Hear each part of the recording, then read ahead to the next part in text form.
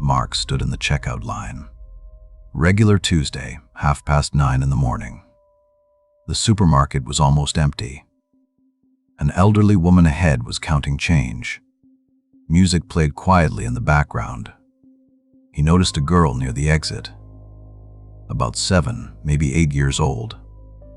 Blonde hair, pink jacket. A man with a phone stood next to her. The girl was smiling. But her hands were positioned strangely. Mark froze. Thumb tucked between the other fingers. Palm closed in a fist, but thumb inside. He'd seen this gesture before. A year ago at a training. Distress signal. A silent cry for help.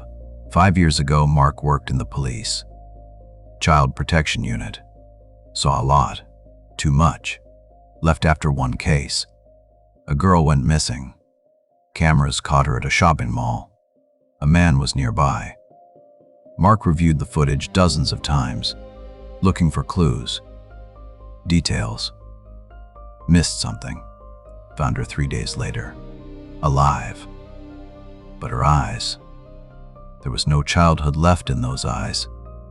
After that, Mark couldn't go to stores calmly, always looking around, studying faces, searching for signs. His wife said he was paranoid. Maybe so.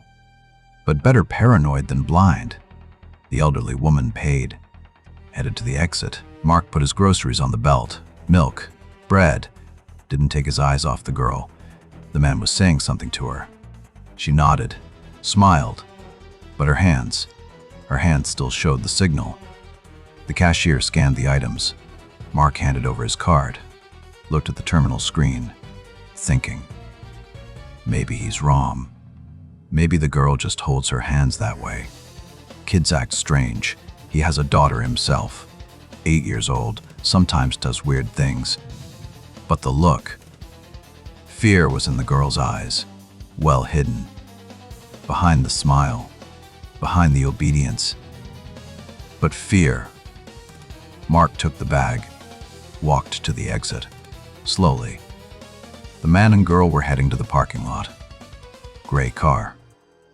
Mark memorized the license plate, repeated it mentally 3 times, stopped at an ATM, pretended to check his balance, pulled out his phone, dialed 112, police. The dispatcher asked the reason for the call. Mark explained. A girl, distress signal, suspicious man. The dispatcher asked if he was sure, maybe a relative, father, uncle. Mark looked at the parking lot.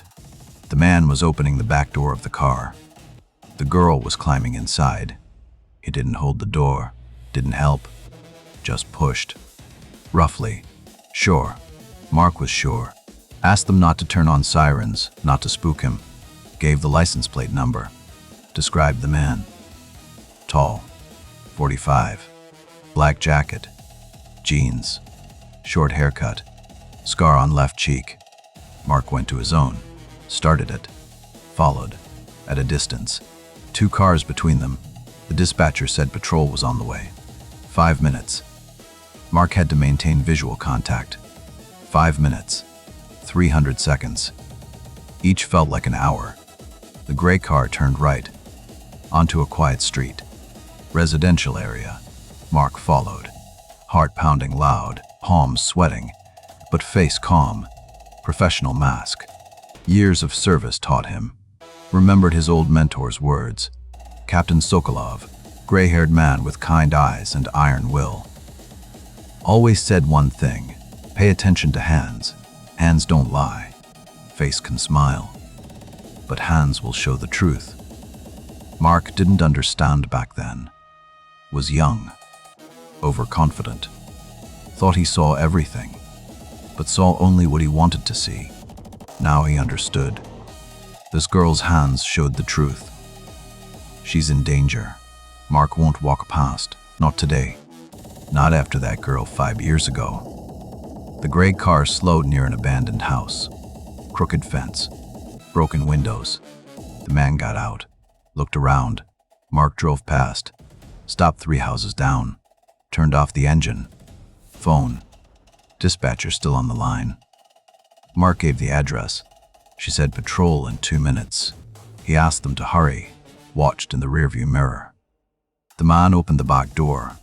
The girl wasn't coming out. He grabbed her hand. A jerk. Rough. She stumbled. He didn't support her. Dragged her to the house. Mark gripped the wheel. Every cell in his body screamed to get out, to stop him. But his head said, wait. One against an adult man, possibly armed. Girl between them. Too risky. 120 seconds. Mark counted. 119. 118. The man shoved the girl into the house. Door slammed shut. Mark exhaled, hands trembling, hid them in his pockets, looked at the phone screen. Where's the patrol? Dispatcher said 1 minute. 60 seconds. A scream came from the house. Child's scream. Frightened. Mark jumped out of the car. Ran. To hell with plans. To hell with caution. Threw open the gate. Fence swayed. Rotten wood. Ran to the door. Locked. Hit it with his shoulder. Door didn't give. Again. Pain shot through his shoulder. Door cracked.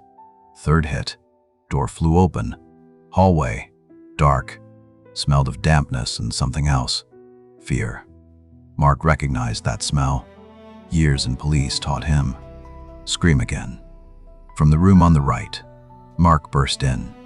The man stood over the girl.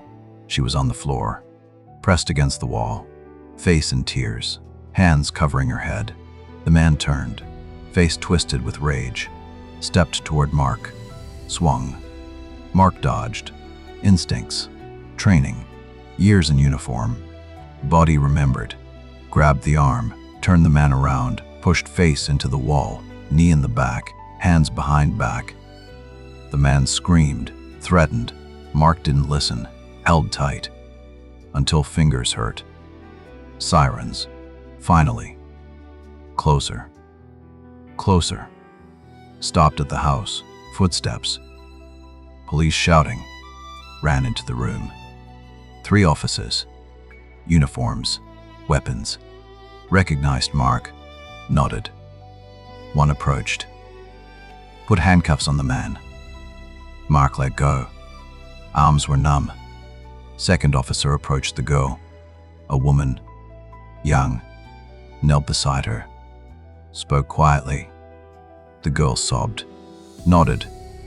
Mark stepped to the window. Breathing deeply. Legs weak. Adrenaline fading.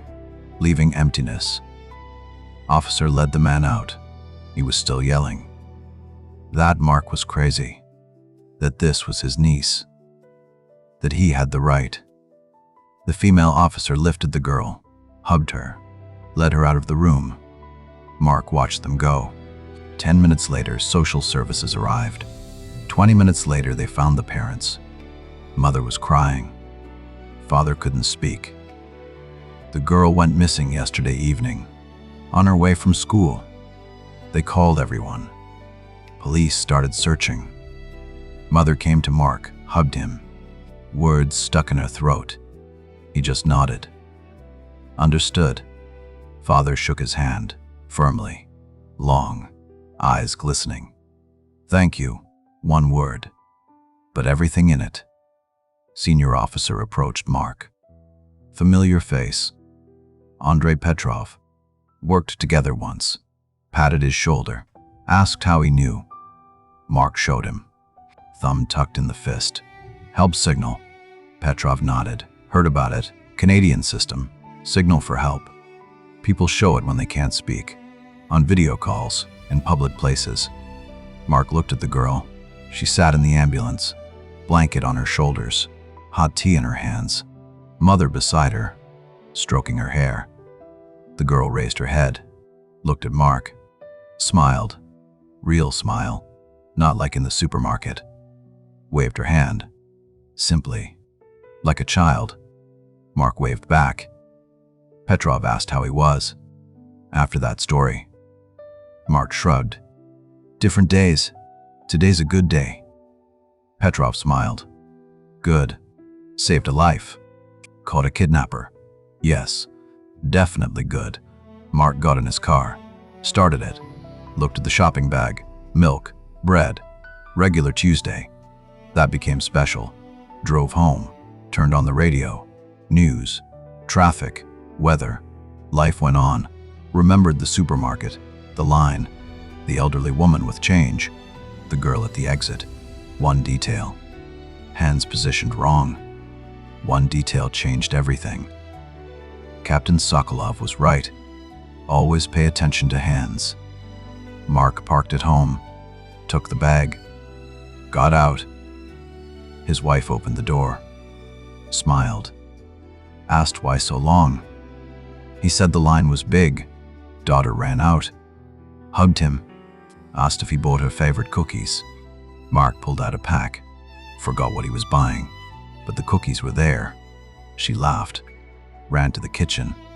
Wife looked carefully. "You're okay?" Not a question, a statement. Mark nodded. "Fine. Today, definitely fine." Evening, he sat on the couch, daughter beside him, watching cartoons. She snuggled against him, warm, safe. He hugged her tighter, thought about that girl. Now she's home, with parents, safe. Because someone noticed, one person paid attention. Mark looked at his hands, ordinary hands, nothing special.